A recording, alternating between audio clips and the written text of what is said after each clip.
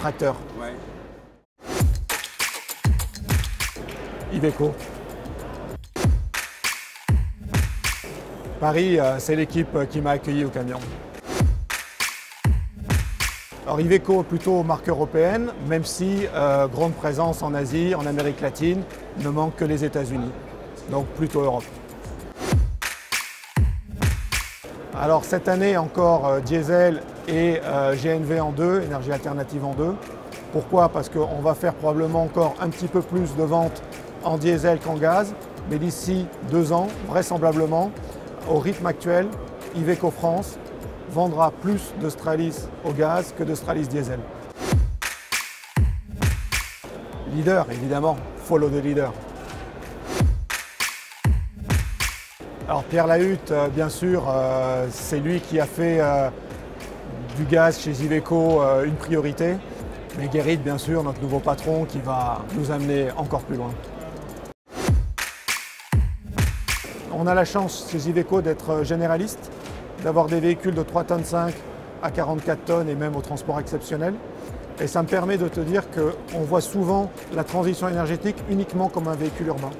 C'est une erreur fondamentale. En fait, si le véhicule urbain se développe, bien sûr c'est lié à la contrainte, mais la transition énergétique grâce au gaz, elle se fait d'abord sur la route, d'abord avec des véhicules moyennes, longues, voire très longues distances. Et c'est eux qui font 80% aujourd'hui des immatriculations. Aujourd'hui, c'est la longue distance qui est le marché numéro 1 du poids lourd et c'est là que se font le plus gros des ventes des véhicules à énergie alternative. La boîte auto, aujourd'hui, c'est du confort, c'est de la sécurité et c'est en plus des gains de consommation et donc d'émissions.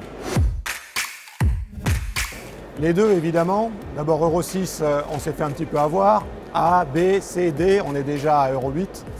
Et Vecto, bien entendu, puisque le CO2 va devenir un challenge dans les années à venir. On est dans l'innovation continue. Ça fait 22 ans chez Iveco qu'on développe les alternatives au diesel. Aujourd'hui, on a un contexte, effectivement, qui va peut-être faire qu'on va accélérer l'innovation technologique. Le gaz nous donne une longueur d'avance, mais il va falloir continuer à évoluer très fortement vers l'hybridation des chaînes cinématiques, vers la réduction d'économies année après année. Sûrement une révolution s'annonce devant nous dans le domaine du transport.